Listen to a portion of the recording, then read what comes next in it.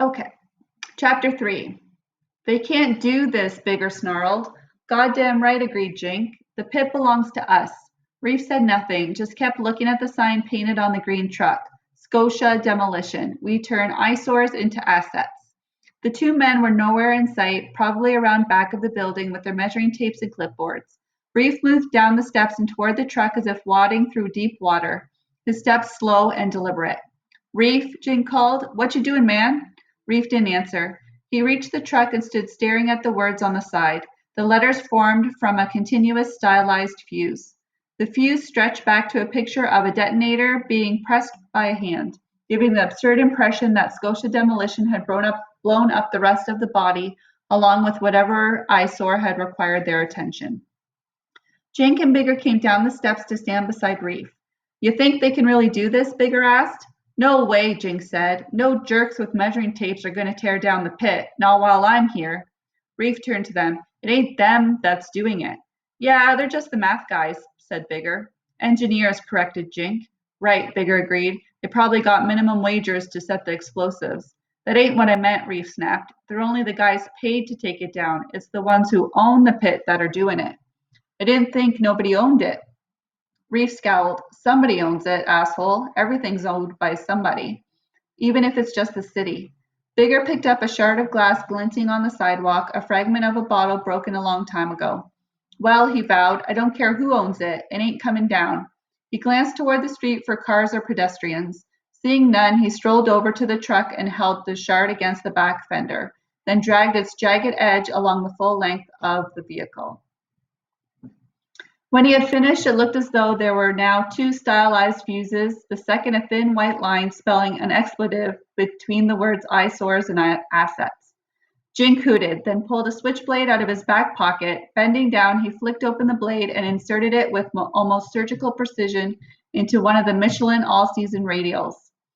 As the air hissed out, he sauntered around the truck, repeating the surgery on each of the tires while the vehicle settled geriatrically to its rims.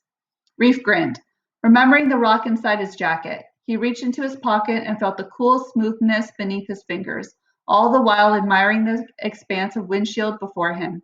He pulled the rock out and eased his arm back, winding up for, Hey, what are you doing? All three rolled to see the two men with clipboards running toward them down the alley. One took out a cell phone and punched numbers as he ran, 3 numbers. Let's get out of here, Reef ordered. We can take him, said Bigger. They call 911, Reef hissed. Cops will be here in a minute. He jammed the rock back into his pocket. Come on. He turned and ran. Jink and Bigger followed. Sons of bitches, they heard behind them. Look what they did to my truck. Jink hooted again, his laughter high and wild as the three raced out of the alley and down the street. Reef looked back to see the man with the cell phone in pursuit. You lousy punks, he shouted. Wait till I get my hands on you. He was more agile than his 40-some years had led Reef and the others to expect. More than a block from the pit, the man was still behind them and showing no sign of flagging.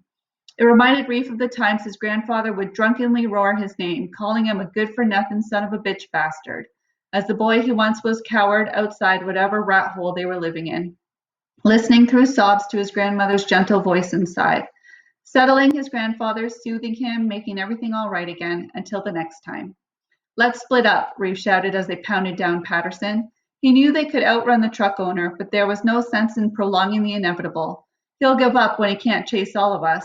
Bigger grunted and veered to the right, darting into an alley between Bob's house of billiards and a greasy spoon that sold fish and chips wrapped in newspapers.